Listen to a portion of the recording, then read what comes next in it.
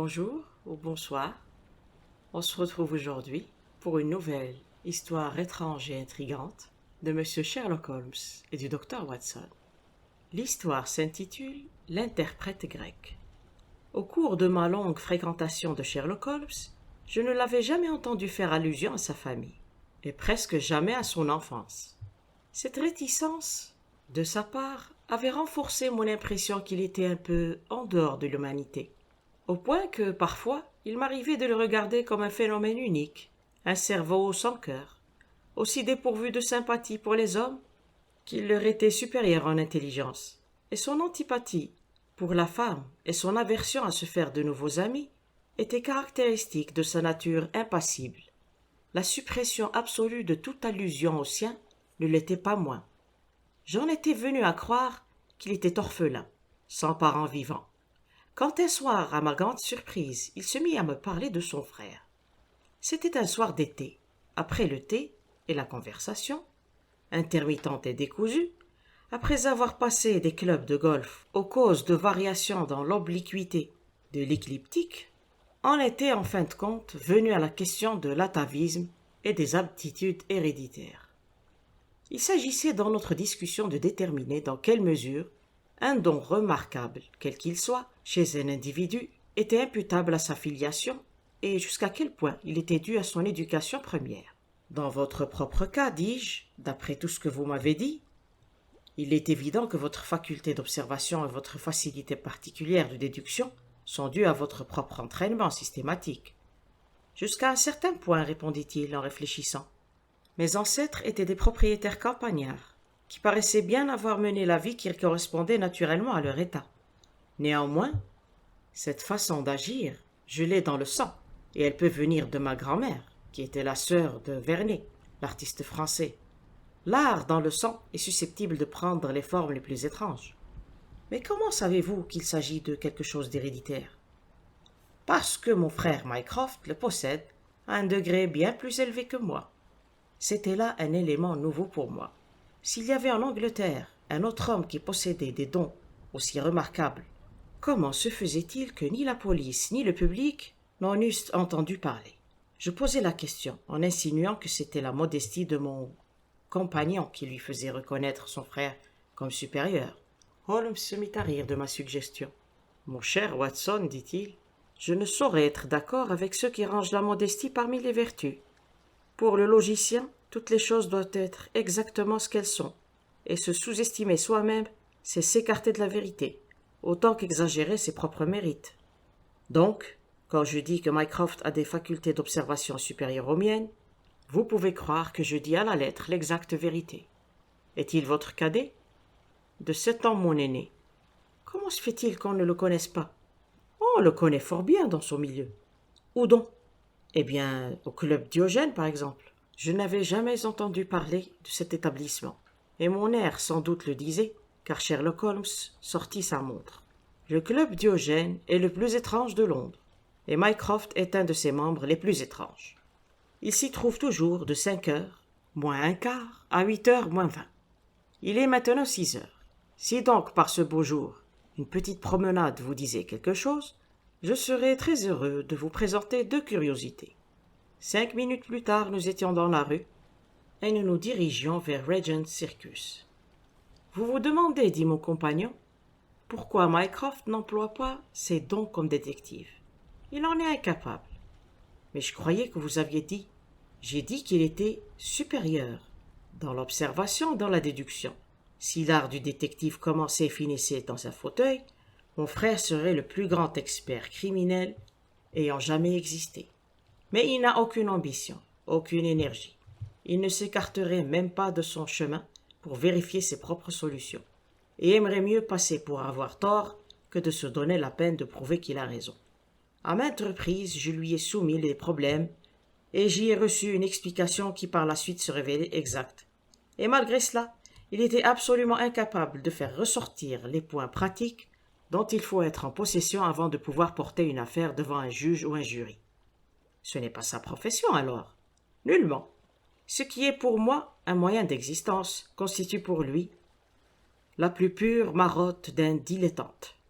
Il possède un don extraordinaire pour les chiffres, et il appure les livres de plusieurs administrations gouvernementales.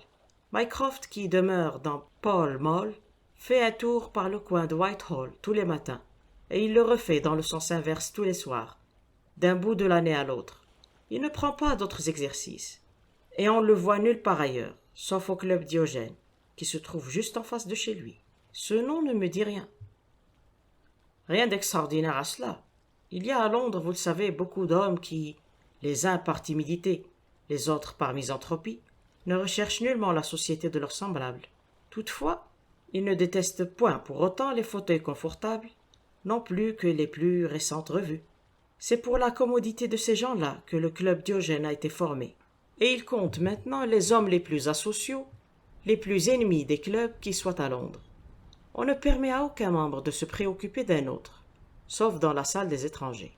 Il est interdit de parler, dans quelque circonstance que ce soit, et 3 infractions à cette règle, si le comité en est informé, peuvent entraîner l'exclusion du bavard. Mon frère fut l'un des fondateurs, et j'ai moi-même trouvé dans ce club une atmosphère éminemment sédative. Tout en bavardant, nous avions atteint Pall Mall, en débouchant par le haut de St. James. Sherlock Holmes s'arrêta devant une porte à peu près distante du Carlton, et en me rappelant de ne pas parler, me conduisit dans le vestibule. À travers les vitres, j'aperçus une vaste et luxueuse salle, dans laquelle un nombre considérable de messieurs étaient assis, çà et là, à lire les journaux, chacun dans son coin. Holmes me fit entrer dans une petite pièce qui donnait sur Pall Mall. Puis, m'ayant quitté une minute, il revint avec un compagnon qui, je le voyais, ne pouvait être que son frère. Mycroft Holmes était beaucoup plus grand et plus fort que Sherlock. Sa corpulence et sa taille étaient remarquables, mais son visage, bien que massif, avait gardé quelque chose de l'acuité d'expression si caractéristique de celui de son frère. Ses yeux d'un singulier gris à queue semblaient garder en permanence ce regard lointain, introspectif, que je n'avais observé chez Sherlock Holmes que lorsqu'il déployait toutes ses facultés. « Je suis heureux de faire votre connaissance, monsieur, dit-il, en me tendant une main aussi large et aussi plate qu'une nageoire de phoque. Partout j'entends parler de Sherlock Holmes depuis que vous vous êtes institué son mémoraliste. À propos, Sherlock, je m'attendais à te voir ici la semaine dernière pour me consulter au sujet de cette affaire du manoir. Je pensais que tu avais un peu perdu pied. »« Non, je l'ai résolu, » dit mon ami en souriant. « C'était Adams, bien sûr. »« Oui, c'était Adams. J'en étais certain depuis le début. » Ils s'assirent tous les deux dans le bow window du club. « Pour qui désire étudier l'humanité, voici le bon endroit, dit Mycroft. Regardez-moi ces types magnifiques. Regardez, par exemple, ces 2 hommes qui viennent de votre côté. Le marqueur au billard et l'autre ? Précisément. Qu'est-ce que tu dis de l'autre ? Les 2 hommes s'étaient arrêtés en face de la fenêtre. Quelques traces de craie autour de la poche de son gilet étaient le seul signe de joueur de billard que je pus découvrir chez l'un d'eux. Son compagnon était un homme très petit, avec un chapeau rejeté en arrière et plusieurs paquets sous le bras. « Un vieux soldat, ce que je vois, dit Sherlock. « Et licencié tout récemment, observa le frère. Au fait du service aux Indes. Un sous-officier. D'artillerie, je suppose, dit Sherlock. Et veuf. Oui, mais avec un enfant. Des enfants, mon petit, des enfants. Ça, dis-je en riant, voilà qui est un peu fort. Certes non, répondit Holmes. Il n'est pas difficile de dire qu'un homme, avec cette allure, cet air d'autorité et cette peau cuite par le soleil, est plus qu'un simple soldat et qu'il est revenu des Indes depuis peu.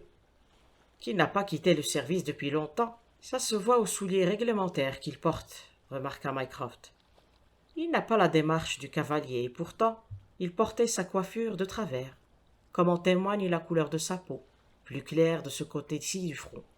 Il est trop lourd pour un sapeur, donc il était dans l'artillerie. Et puis son costume de deuil montre qu'il a perdu quelqu'un de très cher. Qu'il fasse lui-même ses commissions semble indiquer que c'était sa femme. Il a acheté des choses pour ses enfants. Vous voyez, il y a une crécelle, ce qui implique que l'un d'eux est très jeune. La femme a dû mourir en couche. Le livre d'images sous son bras montre qu'il y a un autre enfant, auquel il doit aussi penser.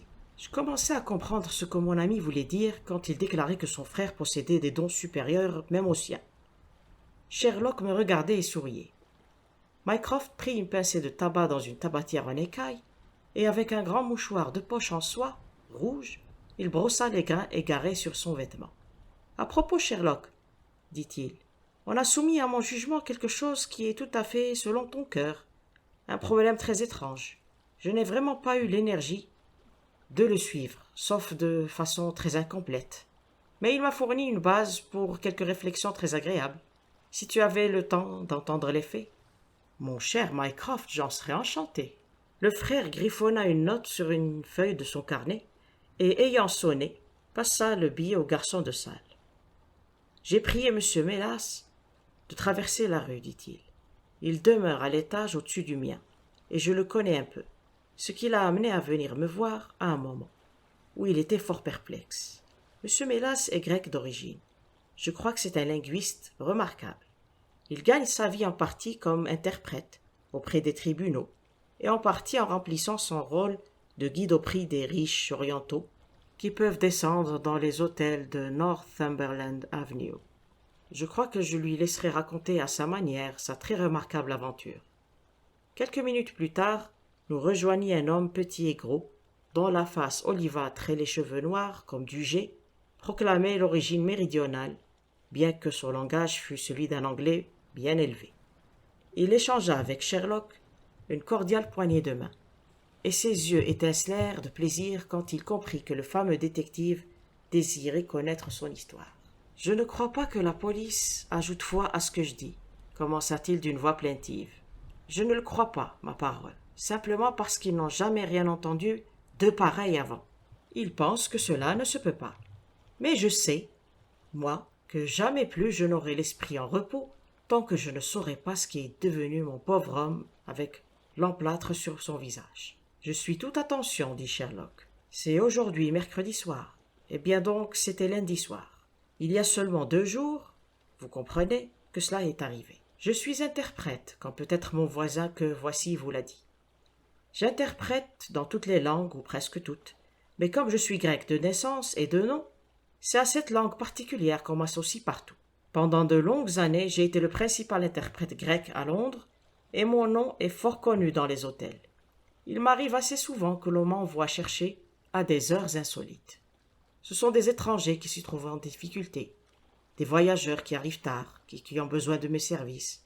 Je ne fus donc pas surpris quand, lundi soir, un certain monsieur Latimer, jeune homme très élégant, entra dans ma chambre et me demanda de l'accompagner dans un fiacre qui attendait à la porte.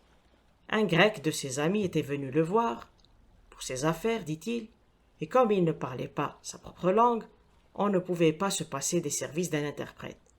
Il me fit entendre que sa maison se trouvait à quelque distance, dans Kensington. Il semblait très pressé, et me poussa rapidement dans le fiacre lorsque nous fûmes descendus dans la rue. Je dis dans le fiacre, mais j'eus bien vite des doutes, et je me demandai si ce n'était pas dans une voiture particulière que je me trouvais. Elle était certainement plus spacieuse que ces voitures à 4 roues qui sont la honte de Londres, et les garnitures, bien qu'éraillées, étaient certainement d'une riche qualité. M. Latimer s'est assis en face de moi et partit rapidement pour Charing Cross. Nous avons remonté Shaftesbury Avenue. Nous venions de déboucher dans Oxford Street, et je m'étais risqué à observer que c'était un chemin bien détourné pour aller à Kensington, quand l'extraordinaire conduite de mon compagnon me coupa la parole. Il commença par sortir de sa poche une trique plombée qui avait l'air fort lourde. À plusieurs reprises, il en cingla l'air, en avant et en arrière, comme pour en éprouver le poids et montrer sa force. Puis, sans un mot, il la plaça sur le siège à côté de lui, après quoi il leva les glaces de chaque côté, et à mon étonnement, je m'aperçus qu'elles étaient recouvertes de papier pour m'empêcher de voir au travers. « Je regrette de vous couper la vue, monsieur Mélas, dit-il. Le fait est que je n'ai pas l'intention de vous laisser voir à quel endroit nous allons. Il pourrait m'être désagréable que vous y reveniez. » Comme vous l'imaginez, je fus complètement déconcerté par de tels propos. Mon compagnon était un jeune homme très fort, aux larges épaules, et même sans son arme, je n'aurais pas eu la moindre chance si je m'étais battu avec lui. « C'est là une conduite très étrange, monsieur Latimer, balbutiai-je. Vous devez vous rendre compte que ce que vous faites est tout à fait illégal. C'est prendre quelques libertés sans doute, mais on vous dédommagera. Je dois toutefois vous avertir, monsieur Mélas, que si, à n'importe quel moment ce soir, vous essayez de donner l'alarme ou de faire quoi que ce soit, de contraire à mes intérêts, vous pourrez tâter à quel point ce sera grave. Je vous prie de vous rappeler que personne ne sait où vous êtes et que dans cette voiture, tant que dans ma maison, vous êtes entre mes mains. Il parlait tranquillement, mais il mettait dans ses mots une âpreté menaçante. Je demeurai silencieux, en me demandant quelle pouvait bien être la raison qu'il avait pour m'enlever de façon si extraordinaire. Quoi qu'il en fût, il était parfaitement clair qu'il ne me servirait à rien de résister et que je ne pouvais qu'attendre pour voir ce qui arriverait. Pendant 2 ou 3 heures, ou presque, nous avons roulé sans que j'eusse la moindre idée de l'endroit où nous allions. Parfois, le bruit des sabots des chevaux révélait une chaussée pavée. À d'autres moments, notre course douce et silencieuse suggérait le macadam. Mais hormis cette différence dans le bruit, il n'y avait absolument rien qui pût, le moins du monde, m'aider à deviner où nous étions. Le papier sur les glaces des 2 côtés était impénétrable à la lumière, et l'on avait tiré un rideau bleu sur la vitre du devant. Il était 7h15 à notre départ de Pall Mall, et ma montre marquait 9h moins 10 quand enfin nous nous sommes arrêtés. Mon compagnon baissa la glace et j'aperçus rapidement une entrée de porte cintrée au-dessus de laquelle brûlait une lampe. Pendant qu'on me poussait vivement hors de la voiture, la porte s'est ouverte et je me suis trouvé à l'intérieur de la maison avec la vague impression d'une pelouse et d'arbres aperçus de chaque côté de moi en entrant. Qu'il s'agit là toutefois de la vraie campagne ou d'une propriété privée, c'est plus que je ne saurais m'aventurer à en dire. Il y avait à l'intérieur une lampe de couleur dont la lumière était tellement baissée que je ne pus rien voir. Sauf que le vestibule était assez grand et orné de tableaux. Dans la lumière vague, je pus me rendre compte que la personne qui avait ouvert la porte était un homme entre 2 âges, à l'air mesquin, aux épaules rondes. Lorsqu'il se tourna vers moi, le faible rayon de lumière me montra qu'il portait des lunettes. « Est-ce là, monsieur Mélas, Harold ?» dit-il. « Oui, fort bien, fort bien. Vous ne vous en voulez pas, monsieur Mélas, j'espère. Mais nous ne pouvions nous en tirer sans vous. Si vous agissez honnêtement, vous ne le regretterez pas. Mais si vous essayez d'user de quelques mauvais tours, que Dieu vous aide. » Il parlait d'un ton nerveux, saccadé, et entre ses phrases riait d'un rire étouffé. Mais quoi qu'il en fût, il m'inspirait plus de crainte que l'autre. « Que voulez-vous de moi ?» demandai-je. « Seulement que vous posiez quelques questions à un gentleman grec qui est chez nous en visite et que vous nous donniez ses réponses. Toutefois, n'en dites pas plus qu'on ne vous priera d'en dire, sans quoi, et de nouveau il se mit à rire, mieux vaudrait pour vous n'être jamais né. » Tout en parlant, il ouvrit une porte et me conduisit dans une pièce qui semblait meublée richement. Mais là encore, la lumière était fournie par une lampe unique, à moitié baissée. Cette pièce était certainement vaste, et la façon dont, quand j'avançais, mes pieds s'enfonçaient dans le tapis, m'en disait la richesse. J'aperçus des chaises de velours, une haute cheminée en marbre blanc, et, sur un des côtés, quelque chose qui me parut être une collection d'armes japonaises. Il y avait une chaise sous la lampe. Et le plus vieux des 2 hommes me fit signe de m'y asseoir. Le plus jeune nous avait quittés, mais il revint tout de suite, par une autre porte, amenant un homme vêtu d'une espèce de robe de chambre qui s'avança lentement vers nous. Lorsqu'il entra dans le cercle de faible lumière, qui me permit de le voir plus distinctement, je frémis d'horreur à son aspect. D'une pâleur de mort et d'une maigreur effrayante. Il avait les yeux saillants et brillants, de celui dont le courage est plus grand que la force. Mais ce qui me frappa le plus, que le signe de sa faiblesse physique, ce fut que son visage était sillonné de bandes de sparadrap et qu'il en avait un large morceau sur la bouche. « As-tu l'ardoise, Harold » cria le vieux, tandis que cet être étrange tombait, plutôt qu'il ne s'asseyait, sur une chaise. « Ses mains sont-elles libres ?» Maintenant donne-lui le crayon. Vous allez poser les questions, monsieur Mélas, et il écrira les réponses. Demandez-lui, tout d'abord, s'il est préparé à signer les papiers. Les yeux de l'homme flamboyèrent. « Jamais !» écrivit-il en grec sur l'ardoise. « À n'importe quelle condition ?» demandai-je par ordre du tyran. « Seulement si je la vois mariée en ma présence par un prêtre grec que je connais. » L'homme de nouveau se mit à rire d'un rire venimeux. « Vous savez ce qui vous attend alors ?» Je ne m'en soucie pas pour moi-même. Ce sont là des échantillons de questions et de réponses qui constituaient notre étrange conversation mi-parlée, mi-écrite. Plusieurs fois je dus lui demander s'il voulait céder et signer les documents, et à chaque fois j'obtins la même réponse indignée. Mais bien vite, une heureuse pensée me vint, et je me mis à ajouter, à chaque question, quelques petites phrases de mots crus, insignifiantes d'abord, pour m'assurer si l'un ou l'autre de mes compagnons se rendait compte de quelque chose. Puis, comme je constatai qu'il ne réagissait pas, j'ai joué un jeu plus dangereux. Notre conversation se déroula à peu près comme ceci. Vous ne pouvez rien gagner par cet entêtement. Qui êtes-vous? Ça m'est égal. Je suis un étranger à Londres. Vous-même serez la cause de votre mauvais destin. Depuis quand vous êtes ici? Qu'il en soit ainsi. 3 semaines. La propriété ne pourra jamais être à vous. De quoi souffrez-vous? Elle n'ira pas à des canailles. Ils me font mourir de faim. Vous serez libre si vous signez. Quelle est cette maison? Je ne signerai jamais. Je n'en sais rien. Ce n'est pas lui rendre service à elle. Quel est votre nom? Que je l'entende, elle, me le dire. Cratides. Vous le verrez si vous signez. D'où venez-vous? Alors je ne la verrai jamais. D'Athènes. Quelques minutes encore, monsieur Holmes, et je lui aurais ainsi soutiré toute l'histoire, sous leur nez. La question même que j'allais poser aurait pu éclairer toute l'affaire, mais à cet instant, la porte s'ouvrit et une femme s'avança dans la pièce. Je n'ai pas pu la voir assez nettement pour savoir autre chose que ceci. Elle était grande et gracieuse, avait les cheveux noirs, et elle portait une ample robe de chambre blanche. « Harold, dit-elle dans un anglais incorrect, je n'ai pas pu demeurer plus longtemps. Je suis si seule là-haut avec seulement... Oh mon Dieu, c'est Paul !» Ces derniers mots furent dits en grec, et en même instant, l'homme eut un violent effort, arrachait l'emplâtre de ses lèvres, et en criant bien haut « Sophie, Sophie !» se précipitait dans les bras de la femme. Leur étreinte toutefois ne dura qu'un instant, car le jeune homme saisit la femme et la poussa hors de la pièce, cependant que l'autre maîtrisait sans difficulté sa victime, émaciée, et l'entraînait dehors par l'autre porte. Un instant, je suis resté seul dans la pièce. Je me levai vivement avec la vague idée que je pourrais d'une manière ou d'une autre obtenir quelques indications concernant la maison où je me trouvais. Par bonheur cependant, je ne bougeai pas, car en levant les yeux, je vis que le plus vieux des 2 hommes se tenait dans l'encadrement de la porte, les yeux fixés sur moi. « Cela suffit, monsieur Mélas, dit-il. Vous voyez que nous avons fait de vous le confident d'affaires qui nous sont toutes personnelles.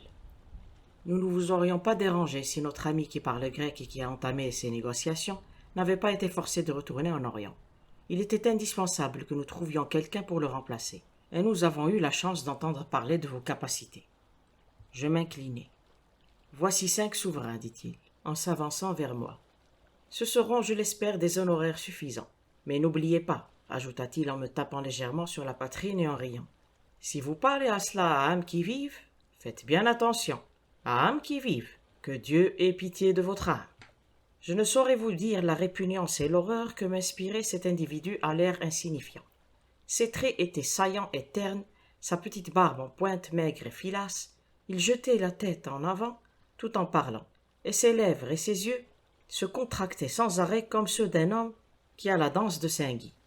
Je n'ai pas pu m'empêcher de croire que cet étrange petit rire saccadé était aussi le symptôme d'une maladie nerveuse. La terreur qu'inspirait son visage résidait en ses yeux, d'un gris d'acier, dont l'éclat était froid et la cruauté inexorable en leur profondeur. « Nous saurons si vous parlez de tout cela, dit-il. Nous avons nos moyens d'information à nous. Maintenant, vous trouverez la voiture qui vous attend et mon ami qui vous accompagnera. » On me fit traverser rapidement le vestibule et on me poussa dans le véhicule. Un instant encore, je pus apercevoir les arbres dans le jardin. M. Latimer était sur mes talons et prit place en face de moi sans mot dire. Ce fut de nouveau dans un profond silence, la course interminable, glace levée, et enfin, juste après minuit, la voiture s'arrêta. « Vous descendrez ici, monsieur Mélas, » fit mon compagnon. « Je regrette de vous laisser si loin de chez vous, mais je ne puis faire autrement. Toute tentative de votre part pour suivre la voiture n'aboutirait qu'à un malheur pour vous-même. » Ce disant, il ouvrit la portière, et j'avais à peine eu le temps de sauter dehors que déjà le cocher fouettait son cheval et que la voiture s'éloignait avec un bruit.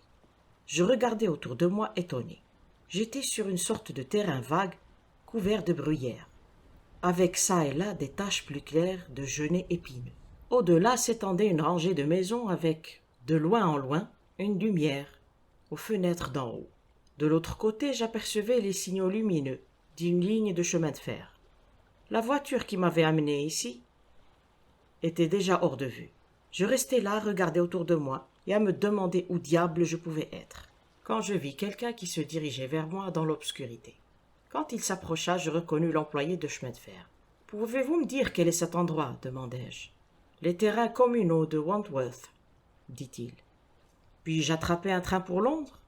Si vous allez jusqu'à Clapham Junction, il y a à peu près 1 mille.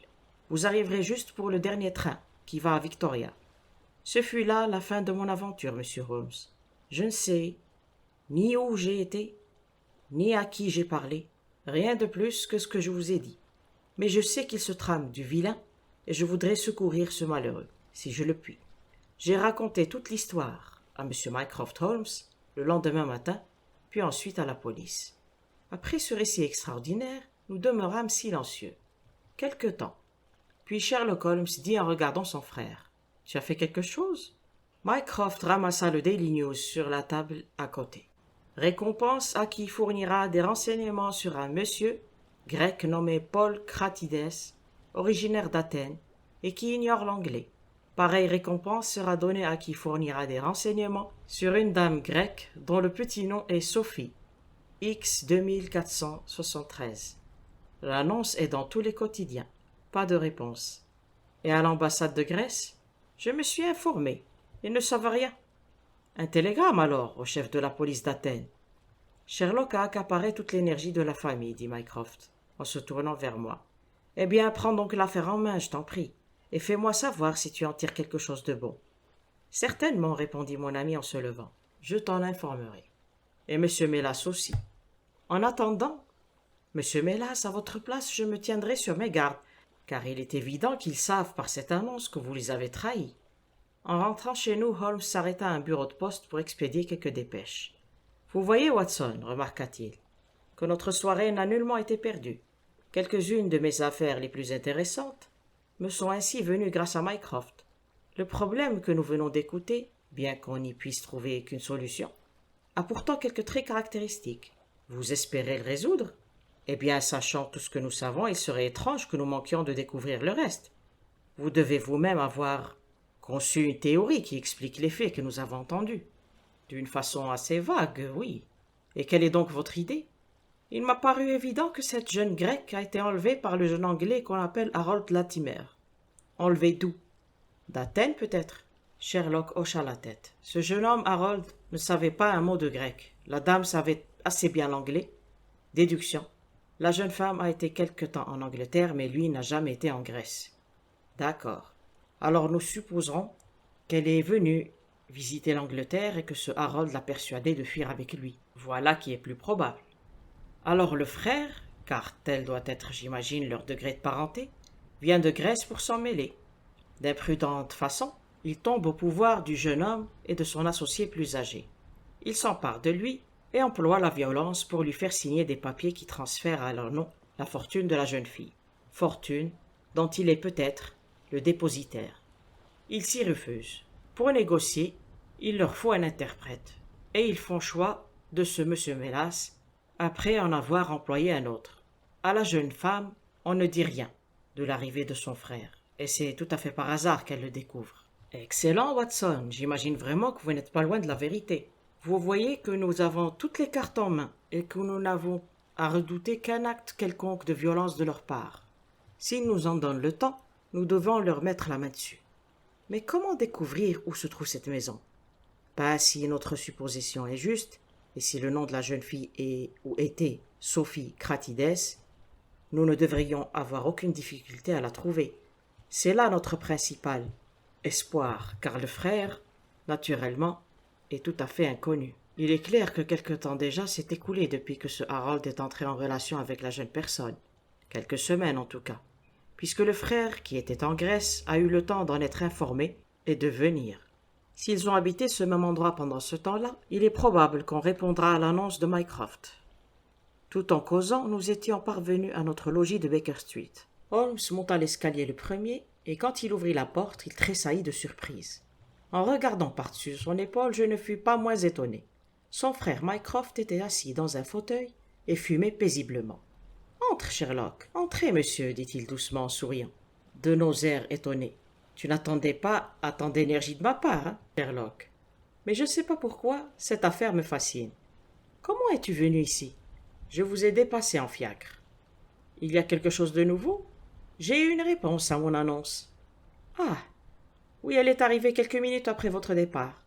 Et que dit-elle? Mycroft sortit une feuille de papier.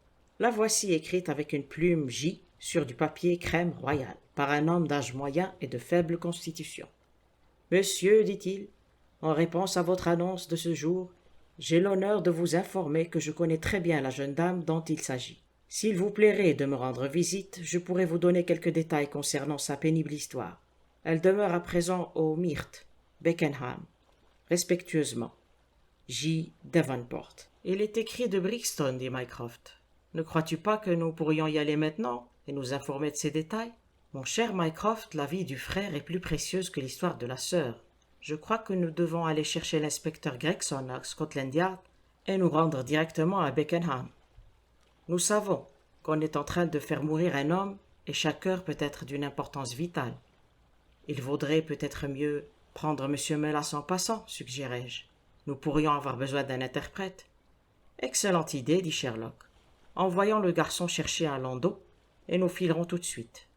Il ouvrit le tiroir de la table et je remarquai qu'il glissait son revolver dans sa poche. Oui, dit-il, répondant à mon regard.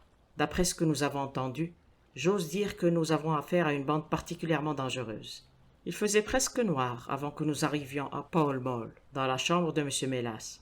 Un monsieur était venu le demander et il était parti. « Pouvez-vous me dire où ?» demanda Mycroft. « Je ne sais pas, répondit la femme qui nous avait ouvert la porte. Je sais seulement qu'il est parti en voiture avec le monsieur. Ce monsieur a-t-il donné un nom? Non, monsieur. Ce n'était pas un jeune homme, grand, beau, cheveux noirs? Oh non, monsieur, c'était un petit homme, avec des lunettes, une figure maigre, mais des manières agréables, car il riait tout le temps quand il parlait. Filons, s'écria Sherlock brusquement. Cela devient sérieux, remarqua-t-il, en voiture, pendant que nous nous rendions à Scotland Yard. Ces individus tiennent de nouveau. Monsieur Melas, c'est un homme qui n'a pas de courage physique, ainsi qu'ils ont pu s'en rendre compte, par leur expérience de l'autre nuit. Cette canaille a pu les terroriser dès l'instant qu'elle s'est retrouvée en sa présence. Sans doute ont-ils besoin de ses services professionnels, mais après s'être servis de lui, ils auront peut-être envie de le punir de ce qu'ils considèrent comme sa perfidie. Nous espérions qu'en prenant le train, il nous serait possible d'arriver à Beckenham, aussi tôt ou plus tôt que la voiture. Mais arrivé à Scotland Yard, il nous fallut plus d'une heure pour joindre l'inspecteur Gregson et pour remplir les formalités légales qui nous permettraient de pénétrer dans la maison. Il était 10h moins le quart passé quand nous atteignîmes la gare de London Bridge, et 10h30 quand tous les quatre nous sautâmes sur le quai de Beckenham. Une course en voiture d'un demi-mile nous emmena au Myrte, une grande maison sombre qui s'élevait en retrait de la rue, au milieu d'une propriété. Là, nous renvoyâmes notre voiture et nous remontâmes l'allée. « Toutes les fenêtres sont noires, remarqua l'inspecteur. La maison paraît abandonnée. Nos oiseaux se sont envolés, le nid est vide, dit Holmes. Pourquoi dites-vous cela? Une voiture chargée de lourds bagages est sortie ici il y a 1 heure. L'inspecteur rit. J'ai vu, dit-il, les traces de roues à la lumière de la lampe du portail. Mais qu'est-ce que des bagages viennent faire là-dedans? Vous avez pu observer les mêmes traces de roues allant en sens inverse. Or, les traces en direction de l'extérieur étaient plus profondes, si profondes que nous pouvons dire qu'avec certitude que la voiture portait un chargement considérable. Là, je ne vous suis pas tout à fait, dit l'inspecteur en haussant les épaules. Cette porte ne sera pas facile à forcer. Mais voyons déjà si nous pouvons nous faire entendre de quelqu'un. Il frappa lourdement avec le marteau de la porte, puis tira sur la sonnette, mais aucun succès. Holmes avait disparu tout doucement. Il revint au bout de quelques minutes. « J'ai ouvert une fenêtre, dit-il. C'est un bonheur que vous soyez du côté de la police et non contre elle, monsieur Holmes, remarqua l'inspecteur en se rendant compte de l'habile manière dont mon ami avait forcé puis repoussé la fermeture. Eh bien, je crois que, étant donné les circonstances, nous pouvons entrer sans attendre d'y être invités. L'un après l'autre, nous entrâmes dans une grande pièce qui était évidemment celle dans laquelle M. Mélas était venu. L'inspecteur avait allumé sa lanterne, et à sa lumière, nous pûmes voir les 2 portes, le rideau, la lampe et la collection d'armes japonaises qu'il nous avait décrits. Sur la table, il y avait une bouteille d'eau-de-vie vide, 2 verres et les reliefs d'un repas. « Qu'est-ce qu'on entend » demanda tout à coup Holmes. Nous ne bougeâmes plus et écoutâmes. Le bruit d'une plainte basse nous arrivait de quelque part au-dessus de nos têtes. Holmes se précipita vers la porte et passa dans le vestibule. Le geignement lugubre venait bien d'en haut. Il s'élança dans l'escalier avec l'inspecteur et moi-même sur ses talons, tandis que son frère Mycroft suivait aussi rapidement que lui permettait sa corpulence. Au second étage, 3 portes nous faisaient face, et c'était de celle du milieu que sortaient les bruits sinistres, qui parfois s'abaissaient jusqu'à n'être plus qu'un marmottement, sourd et parfois s'élevaient de nouveau en une plainte aiguë. La porte était fermée, mais la clé était à l'extérieur. Holmes l'ouvrit brusquement et se précipita dans la chambre, pour en sortir tout de suite, la main à la gorge. « C'est du charbon de bois » s'écria-t-il. « Un moment, ça va se dissiper. » En jetant un regard, nous pûmes voir que la seule lumière de la chambre venait d'une flamme bleue, qui montait vacillante d'un trépied en laiton placé au milieu. Elle projetait sur le plancher un cercle étrange et livide, et dans les recoins sombres, plus loin, nous apercevions 2 silhouettes vagues tassées contre le mur. Par la porte ouverte s'écoulaient des exhalaisons de poison qui nous firent halter et tousser. Holmes 4 à 4 courut jusqu'en haut de l'escalier pour faire entrer l'air frais. Puis, se précipitant dans la pièce, il en ouvrit vivement la fenêtre et jeta dans le jardin le trépied de laiton. « Nous pourrons entrer dans 1 minute, murmura-t-il, en ressortant en hâte. Y aurait-il une bougie ? Je doute que nous puissions frotter une allumette dans cette atmosphère. Tenez la lumière à la porte, et nous les sortirons. Allons, Mycroft. » D'un bond, nous fûmes auprès des prisonniers et les traînâmes jusqu'au palier. Tous les 2 avaient les lèvres bleues, et tous 2 étaient sans connaissance. Dans leurs faces congestionnées, les yeux s'exorbitaient. En fait, leurs traits étaient si décomposés que, dans sa barbe noire et sa forte carrure, nous n'aurions pu reconnaître en l'un d'eux l'interprète grec qui nous avait quittés quelques heures plus tôt seulement, au club Diogène. Ses mains et ses pieds étaient solidement attachés ensemble, et il portait sur un œil les traces d'un coup violent. L'autre, garrotté de la même façon, était un homme de grande taille, arrivé au dernier degré d'émaciation. Plusieurs morceaux de sparadrap étaient disposés de grotesque façon sur son visage. Il avait cessé de se plaindre quand nous déposâmes sur le palier, et un coup d'œil me montra que, pour lui du moins, notre aide était venue trop tard. M. Mélas, cependant, vivait encore, et en moins d'1 heure, grâce à l'ammoniaque et à l'eau-de-vie, j'eus la satisfaction de le voir rouvrir les yeux, et de savoir que ma main l'avait arraché à la sombre vallée où toutes les voies se rencontrent. L'histoire qu'il avait à nous dire était bien simple, et elle ne fit que confirmer nos propres déductions. Son visiteur, en entrant chez lui, avait tiré un casse-tête de sa manche et lui avait inspiré une telle crainte d'une mort immédiate et inévitable, qu'il l'avait enlevé une seconde fois. À vrai dire, c'était presque un effet magnétique que la ricanante canaille avait produit sur le malheureux linguiste, car lorsqu'il en parlait, ses mains tremblaient et ses joues blêmissaient. On l'avait emmené rapidement à Beckenham, et il avait rempli son rôle d'interprète dans une seconde entrevue, plus dramatique encore que la première, au cours de laquelle les 2 Anglais avaient menacé leur victime d'une mort immédiate si elle n'accédait pas à leur demande. Enfin, trouvant qu'aucune menace ne pouvait l'ébranler, ils avaient rejeté l'homme dans sa prison. Ils avaient alors reproché à M. Mélas sa perfidie, rendue manifeste par l'annonce des journaux. Ils l'avaient assommé d'un coup de bâton, et il ne se souvenait plus de rien jusqu'au moment où il me trouva penché sur lui. Telle fut l'affaire que l'interprète grec, dont l'explication est encore entourée d'un certain mystère. Nous avons pu découvrir en nous mettant en rapport avec le monsieur qui avait répondu à l'annonce que la malheureuse jeune fille appartenant à une riche famille grecque était venue en visite chez des amis en Angleterre.